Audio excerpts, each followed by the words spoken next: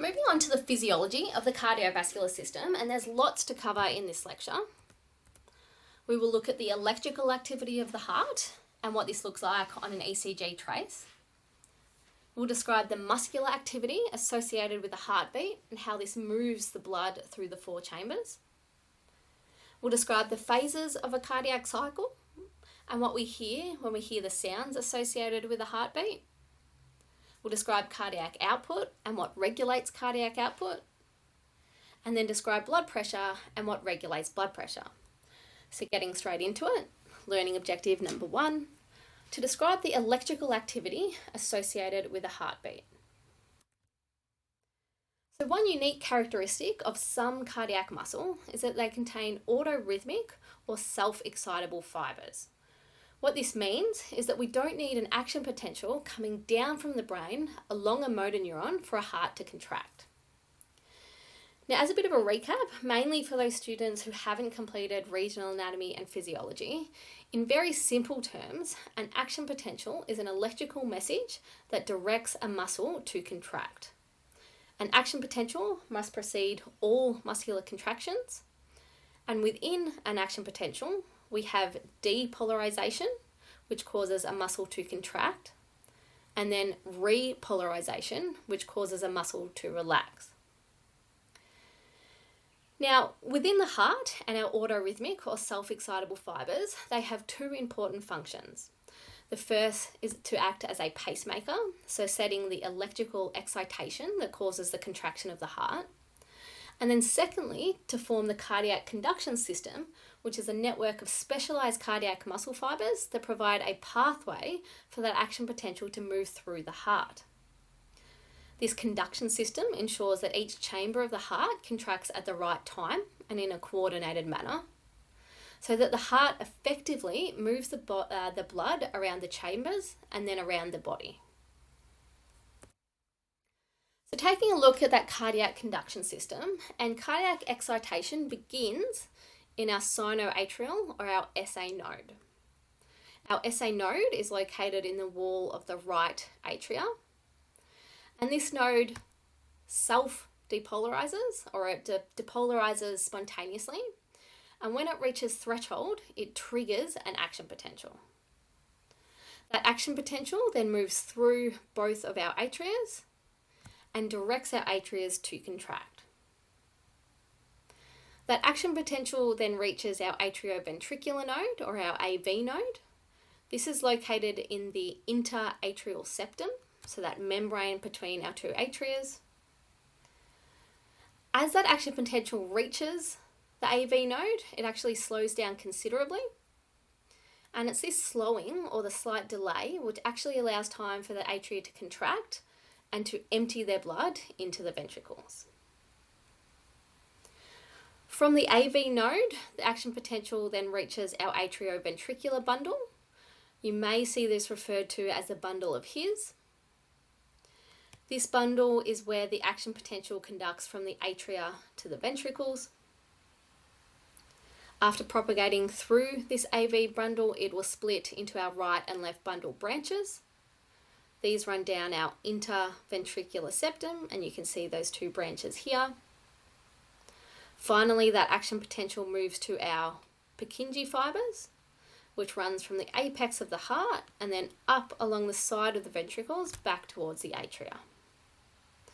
In time, that depolarization of our ventricles is what causes them to contract and eject the blood out into the arteries. Now, on its own, our sinoatrial node would stimulate an action potential about once every 0.6 seconds or 100 times per minute. The SA node is therefore considered the natural pacemaker of the heart. What happens though is that we have input to the atrioventricular node, and this can increase or decrease that natural rhythm that has been set. So our atrioventricular node can modify the pace of the heart, but it can't set that basic rhythm. Now, as an action potential propagates through the heart, it generates an electrical current that can be detected at the surface of the body. An electrocardiogram, which is also referred to as an ECG or an EKG, is a recording of these electrical signals. The ECG recorded at the surface of the skin is a composite record of the action potentials produced by all of the heart muscle fibers during each heartbeat. We use an ECG to determine if the conducting pathway of the heart is normal, if there's any regions that are enlarged, if certain regions of the heart are damaged, or if the chest pain being experienced is actually related to the heart. Now, in a typical record, like the one seen here, there are 3 clearly recognizable waves that appear with each heartbeat. The first wave is what we call the P wave. It's this slight upward deflection in the ECG trace. And the P wave represents atrial depolarization. The second wave is what we call the QRS complex. So it's this whole portion here. We have our QRS. And this represents ventricle depolarization. The third wave that we see is what we call our T wave. This represents ventricular repolarization. And this signifies the end of one heartbeat. So this is one heartbeat here. This is one heartbeat here. Now, in reading an ECG trace, the size of the waves, the amplitude of the waves, can provide clues to some abnormalities. For example, a larger than normal P wave can indicate enlargement of the atrium.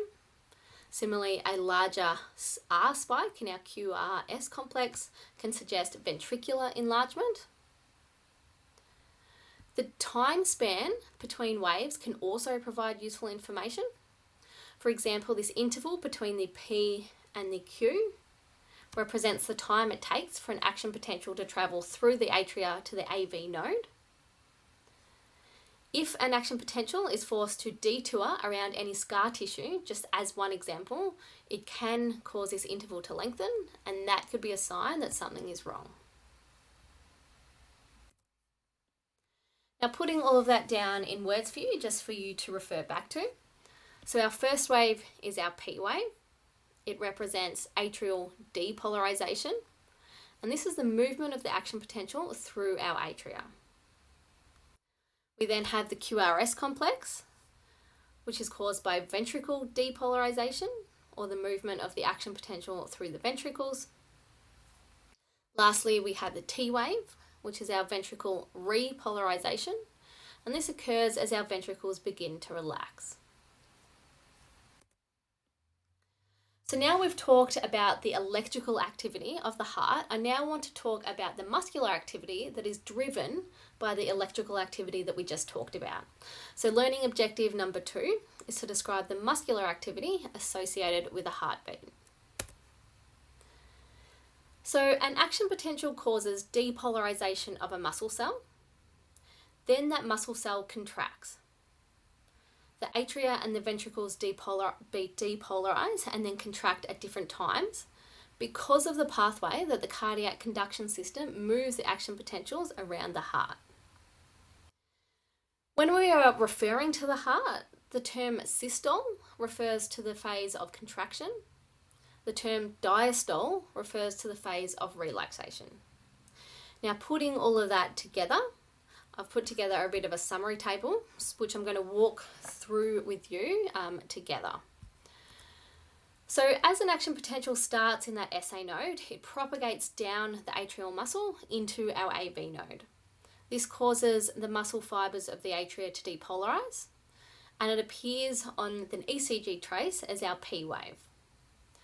The depolarization of the muscle fibers in the atria then direct these muscle fibers to contract, and we have atrial systole, or the contraction of the atria. So looking at that in this table, we have our P wave, which is represented by this part here of our ECG trace. It's caused by atrial depolarization, which then directs our atria to contract, so we have atrial systole. Just after the P wave, the action potential then slows down at the AV node. This is when the atria contract.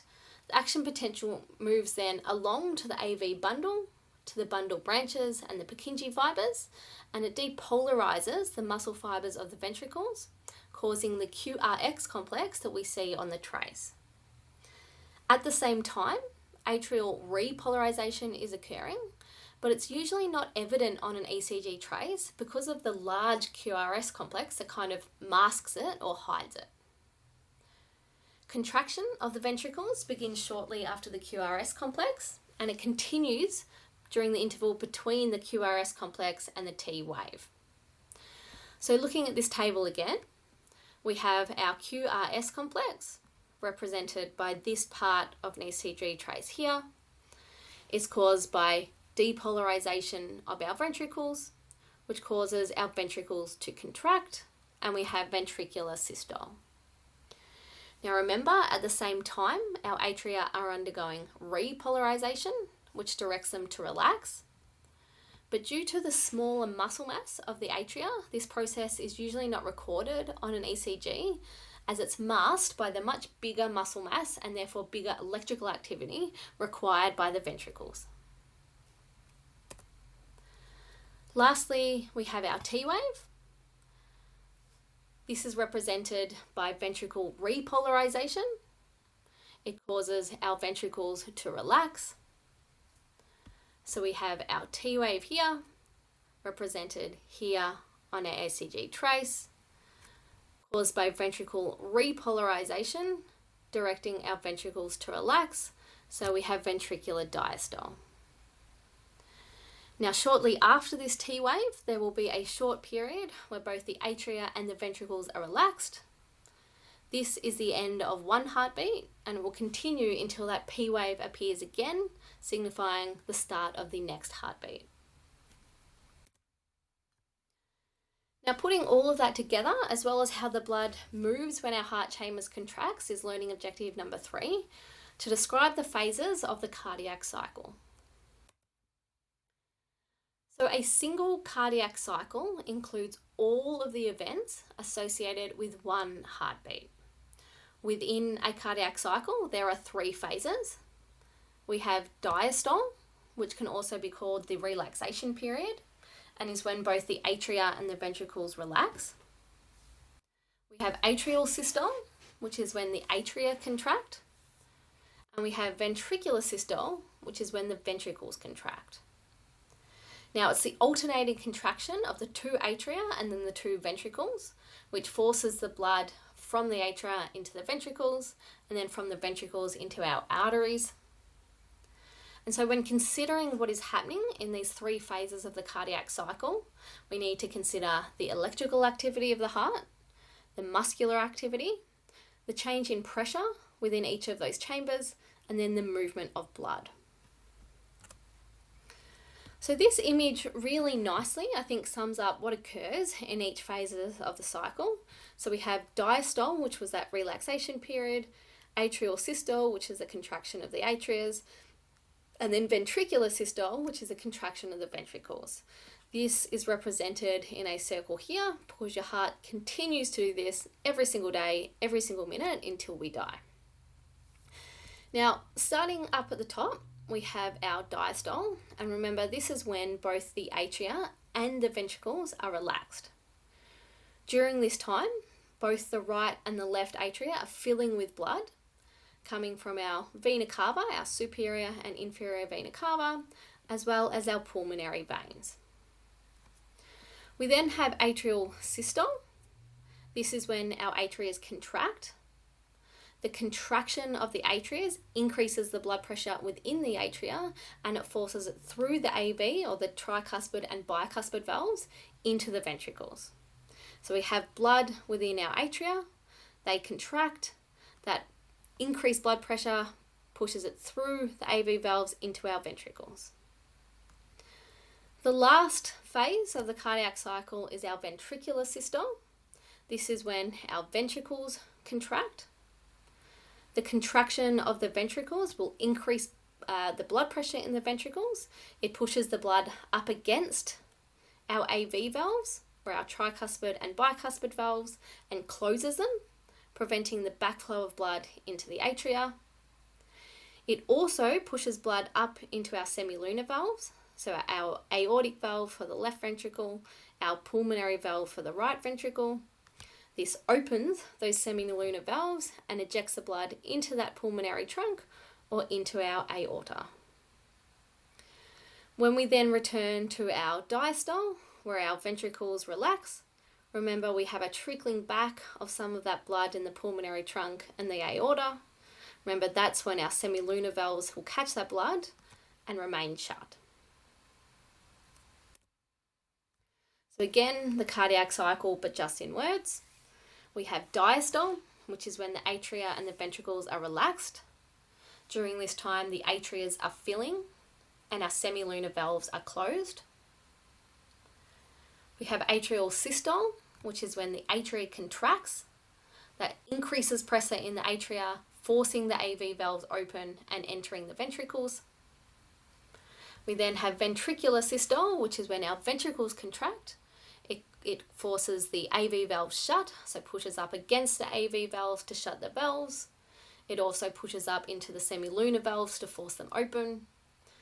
That causes the ejection of blood out into our arteries, so our pulmonary trunk or our aorta. Now, to round out the cardiac cycle or the events associated with one heartbeat, learning objective number 4 is to describe the sounds associated with a heartbeat. So the sound of the heartbeat comes primarily from blood turbulence caused by the closing of a heart valve. Blood that is flowing smoothly is silent, whereas when blood hits a closed valve, it makes a sound. So think of a stream. When it's flowing smoothly, it's quite quiet. When you come to waterfall or you come to a bit of rocks, that water hitting up against the rocks makes a lot of noise. Now, during each cardiac cycle, there are 4 heart sounds, but in a normal heart, only the first and the second sound are actually loud enough to be heard through a stethoscope. The first sound, which can be described as a lub sound, is louder and a bit longer than the second sound. And it's caused by blood turbulence associated with the closure of the AV valves soon after ventricular systole begins. So our ventricles contract, it pushes blood up into our closed AV valves. That blood hitting the closed AV valves causes this first heart sound, or the lub. The second heart sound, which is described as the dub sound, is shorter and not as loud as the first. This is caused by the blood turbulence associated with the closure of the semilunar valves at the beginning of ventricular diastole, or when the ventricles relax. So the blood has gone out, for example, into the aorta. The ventricle then relaxes. Some of that blood trickles backwards. It's caught in that closed semilunar valve, and this is that second dub sound. So lub dub, lub dub, lub dub. Changing pace now, and the learning objective number 5 is to describe cardiac output. So cardiac output is the volume of blood ejected from the left or the right ventricle into the aorta or the pulmonary trunk each minute. Cardiac output is calculated by stroke volume, which is the volume of blood that's ejected by the left ventricle or either ventricle, during each contraction, multiplied by the heart rate or the number of times the heart beats per minute. So an example of how to calculate cardiac output, and in a typical resting adult male, stroke volume is 70 millilitres per beat. So each time that ventricle contracts, we release about 70 millilitres of blood. Our heart rate is 75 beats per minute, meaning our heart contracts, goes through that entire cardiac cycle 75 times per minute. So our equation will look something like this. We have our cardiac output, which is our stroke volume of 70 millilitres per beat, multiplied by our heart rate, which is 75 beats per minute. We can cross off the 2 beats, equaling 5,250 millilitres per minute. which if you'd like to put into litres, you divide by 1,000, equaling 5.25 litres per minute. Now this volume is close to the total blood volume, which is about 5 to 6 litres in a typical adult male. Thus, your entire blood volume actually flows through your pulmonary and systemic circulations every single minute. Now that we know how cardiac output is calculated and that it's stroke volume multiplied by heart rate, we must know that any factor that increases stroke volume or heart rate will increase cardiac output. So learning objective number 6 is to describe the regulation of cardiac output. So beginning by looking at the factors that affect stroke volume, and a healthy heart will pump out the blood that enters its chambers during the previous diastole. In other words, if more blood returns to the heart during diastole, then more blood is ejected during the next systole. At rest, stroke volume is about 50 to 60% of the volume of blood that fills the ventricles during diastole, because about 40 to 50% of the blood actually remains in the ventricles after they contract. So we don't eject every single skerrick of blood that's in the ventricles out every time it contracts. Now, there are 3 factors that can affect this volume of blood. They are preload, contractility, and afterload. So looking at preload first, and preload is the amount that the heart is stretched before it contracts. A greater preload or stretch on the cardiac muscle fibers prior to contraction will increase their force of contraction. Preload can be compared to the stretching of a rubber band. So the more the rubber band is stretched, the more forcefully that it will snap back. Within limits, the more that heart fills with blood during diastole, the greater the force of contraction during diastole. So the more that we fill it with blood and it stretches, the more it will then contract in return. So the preload is proportional to a volume called the end diastolic volume. This is the volume of blood that fills the ventricles at the end of diastole or that relaxation period. 2 key factors determine end diastolic volume. They are the duration of ventricular diastole. So for example, when your heart rate increases, like when you start to exercise, that diastole period shortens, so there's actually less time to fill the ventricles with blood. And then also venous return, which is the volume of blood that actually returns to the right ventricle during each heartbeat. So preload is how much the heart is stretched during filling, which influences the subsequent force of the contraction and how much is ejected out of our ventricle with each contraction. Contractility is then the force of the contraction of the ventricular muscle fibers. Increased contractility or increased force of contraction will increase our stroke volume. Factors that increase contractility are stimulation by the sympathetic nervous system. So remember, this is the part of the autonomic nervous system that controls our fight or flight responses. And then also release of epinephrine and norepinephrine. Factors that decrease contractility, so reduce that force of contraction, are an inhibition of the parasympathetic nervous system, and then also increased levels of things like potassium in the interstitial fluid, which can affect how well the action potential travels through the heart and how well that heart muscle can contract. Afterload is then the pressure that must be exceeded before the ejection of blood from the ventricles can occur. So the ejection of blood from the heart begins when the pressure in the right ventricle exceeds the pressure in the pulmonary trunk, and when the pressure in the left ventricle exceeds the pressure in the aorta. At this point, the higher pressure in the ventricles causes the blood to push open our semilunar valves, and this is the pressure that must be overcome to open these valves. We term this afterload. An increase in afterload causes stroke volume to decrease. so that more blood remains in the ventricles at the end of systole or contraction. Conditions that affect afterload include hypertension or high blood pressure, and narrowing of arteries, such in atherosclerosis.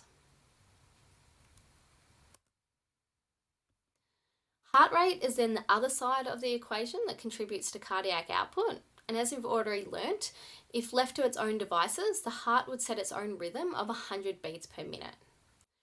That being said, many other factors influence heart rate to either slow it down or speed it up, and therefore these factors influence cardiac output.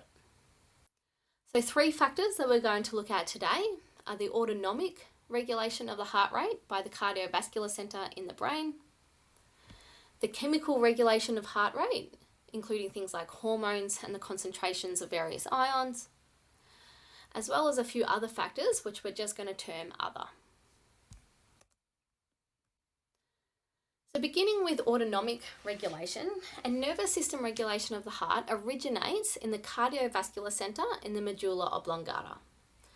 This region of the brainstem receives input from a variety of sensory receptors, from higher order brain centres such as the limbic system and the cerebral cortex, as well as receptors like our chemoreceptors and our baroreceptors. The cardiovascular centre then directs appropriate output by increasing or decreasing the frequency of nerve impulses in both the sympathetic and the parasympathetic divisions of the autonomic nervous system. Again, remembering that the sympathetic division is responsible for our fight or flight responses, and our parasympathetic division is responsible for the rest and digest functions.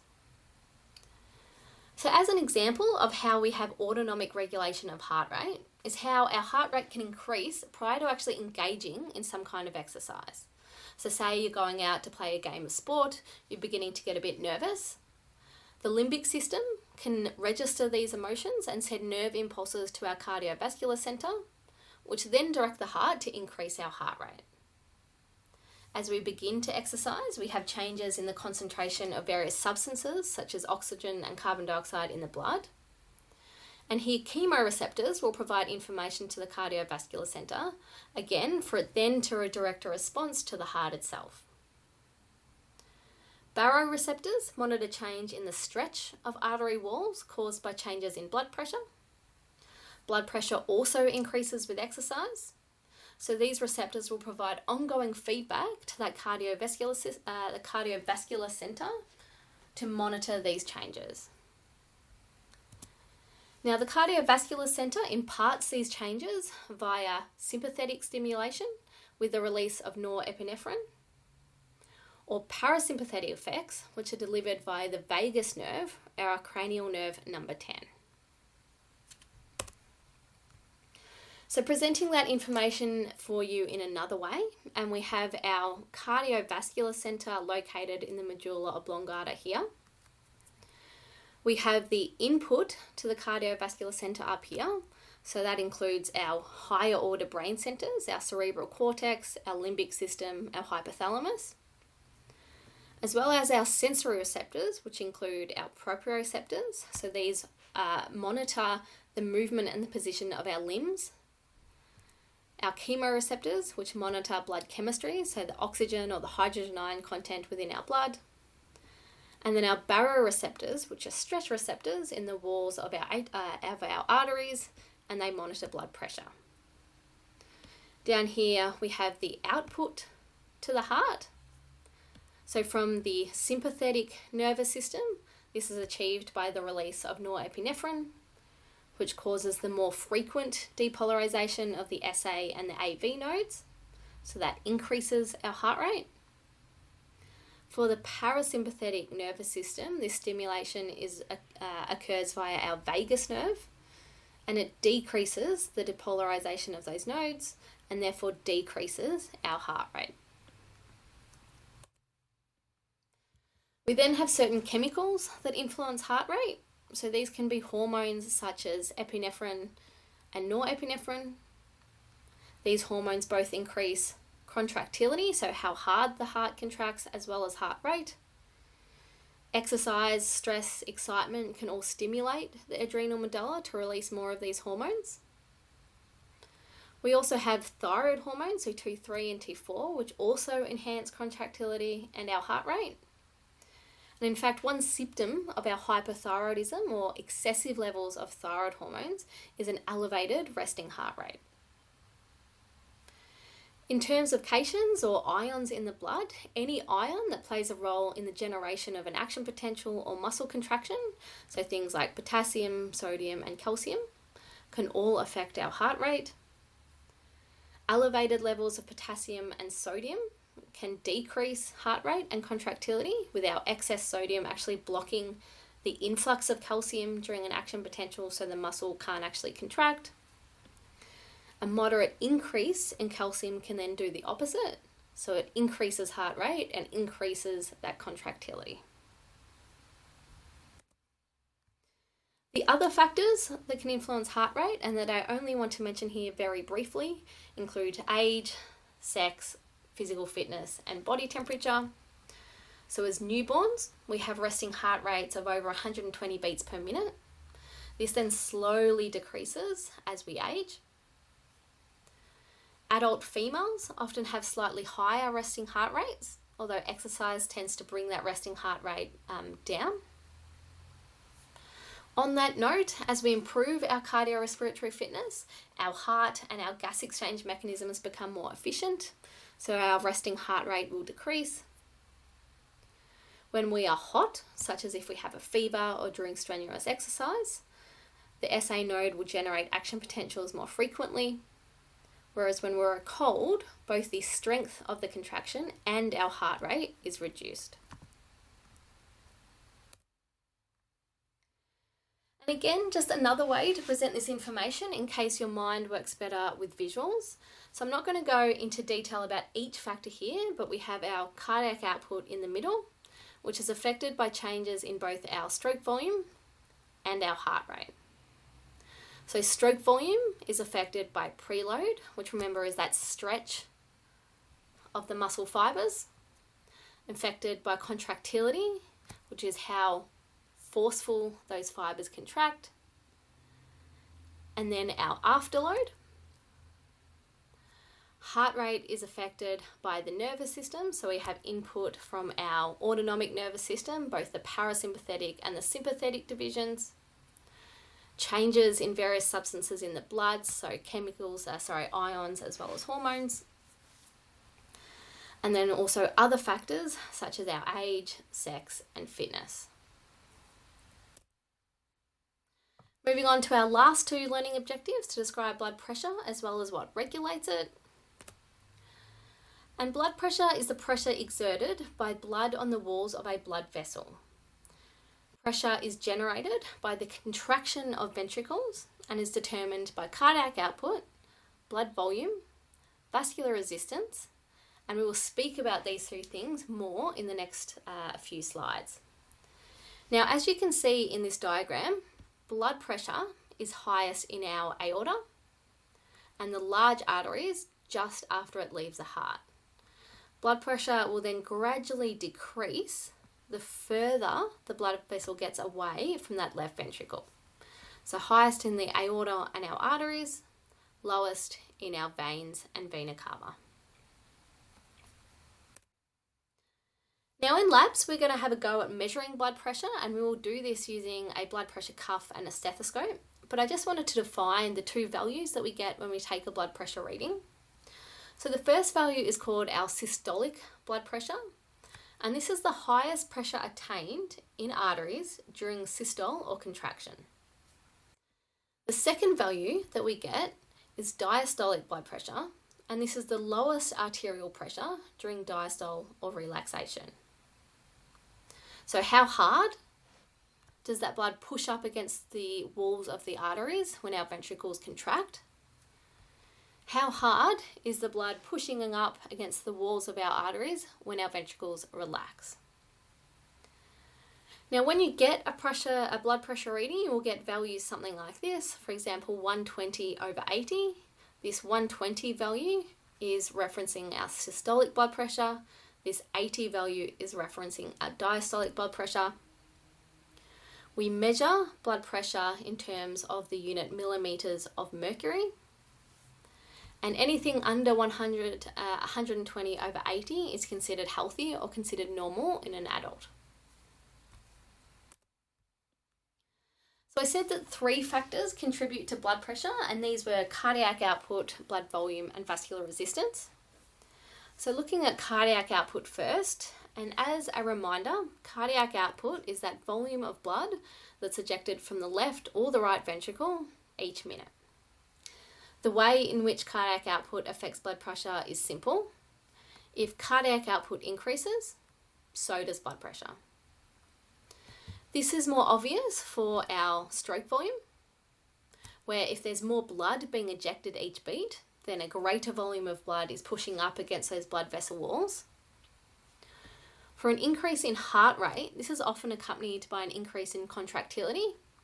So the stronger the ventricular contraction, it pushes the blood up harder against those vessel walls. For blood volume, blood pressure also depends on the blood volume, which is the total volume of blood in the cardiovascular system. And as blood pressure is the pressure exerted by the blood on the walls of a blood vessel, if there is more blood, then the blood pressure will be higher. Changes in blood volume can occur through the loss of blood through a damaged blood vessel, so in the case of an injury. Blood volume will also fluctuate with changes in hydration status and the amount of water lost in blood. We're not going to speak about this just now, as we will cover it in the next series of lectures when we speak about the urinary system, but we have a really strong regulator of blood volume and therefore blood pressure in the renin-angiotensin-aldosterone system. Many people will also be prescribed the use of diuretics, which increase the amount of urine produced, thereby reducing the volume of water in the blood, reducing our blood volume, and managing blood pressure.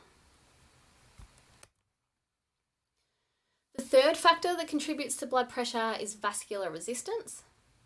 Vascular resistance is the opposition to blood flow due to friction between the blood and the walls of the blood vessels. Vascular resistance depends on 3 things: the size of the lumen, so how big the opening of the blood vessel is, the blood viscosity or how thick it is, and the total vessel length. First, considering the size of the lumen or the opening of the blood vessel, and the smaller the lumen, the greater its resistance to blood flow. The bigger the lumen, the less resistance. So vasoconstriction narrows the lumen of the blood vessel, while vasodilation will allow the lumen size to increase. Think about blowing air through a straw. A narrow straw requires quite a bit of pressure or breath to push that air through the straw. The movement of the air will be slower. A wider straw or a pipe is really easy to push through or breathe through, and that movement of air will be faster. Considering blood viscosity, and the viscosity or the thickness of the blood depends mostly on the ratio of red blood cells to plasma. The higher the viscosity, the higher the resistance. Any conditions which increase the viscosity of the blood will therefore also increase vascular resistance. This can be due to dehydration or an unusually high increase in red blood cells, which can occur when you train endurance training at altitude or when you take a performance enhancing drug like EPO. Again, if you think about my straw metaphor, a really viscous liquid, something like honey, will be really hard to move through a straw. But if you let water run through it, it will move much more easily and with much less resistance.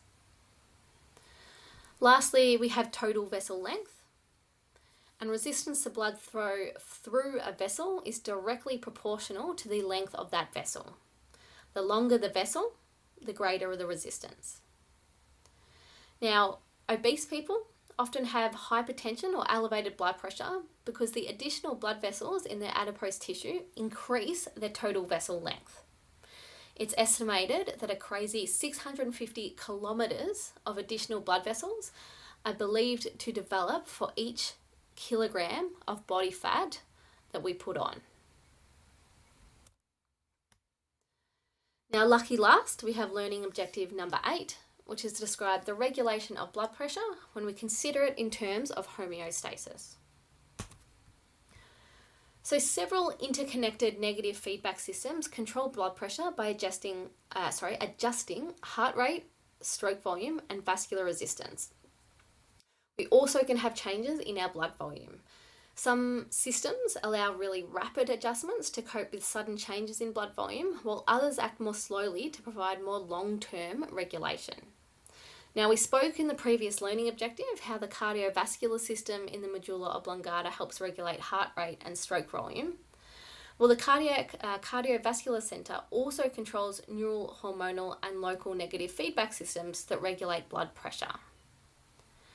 Groups of neurons within the cardiovascular center regulate heart rate, contractility, and blood vessel diameter, all of which have an effect on blood pressure. So looking at the neural regulation of blood pressure, and the nervous system regulates blood pressure via negative feedback loops that occur as two different types of reflexes: baroreceptor reflexes and chemoreceptor reflexes. Baroreceptor reflexes are stimulated by baroreceptors, which are pressure-sensitive receptors located in the aorta, the carotid arteries, and other large arteries in the neck and chest. They detect stretch in the artery walls, and they send impulses to the cardiovascular center to adjust the input from the sympathetic and the parasympathetic division of the autonomic nervous system. Chemoreceptor reflexes are stimulated by sensory receptors that monitor the chemical composition of the blood and are located close to the baroreceptors in the aorta and the carotid arteries. And these chemoreceptors detect changes in blood levels of oxygen, carbon dioxide, and hydrogen. This information is transmitted to the cardiovascular center to again adjust the input from the sympathetic and the parasympathetic divisions of the autonomic nervous system to the heart. These chemoreceptors also provide input to the respiratory center in the brainstem to adjust the rate of breathing. Several hormones also help regulate blood pressure by altering cardiac output, vascular resistance, or adjusting total blood volume.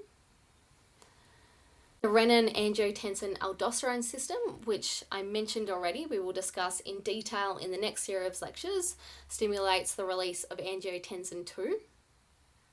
Angiotensin II is a potent vasoconstrictor, so it increases blood pressure by increasing vascular resistance. This system also stimulates the release of aldosterone, which we also talked about in the endocrine system. This increases the reabsorption of sodium and water in the blood, thereby increasing total blood volume and blood pressure. Epinephrine and norepinephrine are released in response to stimulation of the adrenal medulla. These hormones cause vasoconstriction, as well as redirects blood flow to working muscles during exercise. Antidiuretic hormone works similarly to aldosterone, except that it works just to promote the reabsorption of water into the blood, therefore increasing blood pressure by an increase in blood volume. Lastly, atrial natriuretic peptide, which is released by the atria of the heart, lowers blood pressure by causing vasodilation and promoting the secretion of sodium and water in urine. These effects reduce blood pressure by reducing vascular resistance and also blood volume. And that is all that we have for the physiology of the cardiovascular system. Lots of different things to cover, but some we've spoken about before in the endocrine and respiratory systems, and some we will speak about again in future in the urinary system. In the labs, we will cover a lot of this different content again, as well as have a go at the dissection of a heart and taking blood pressure. As always, if you have any feedback or questions, please let me know. Thank you.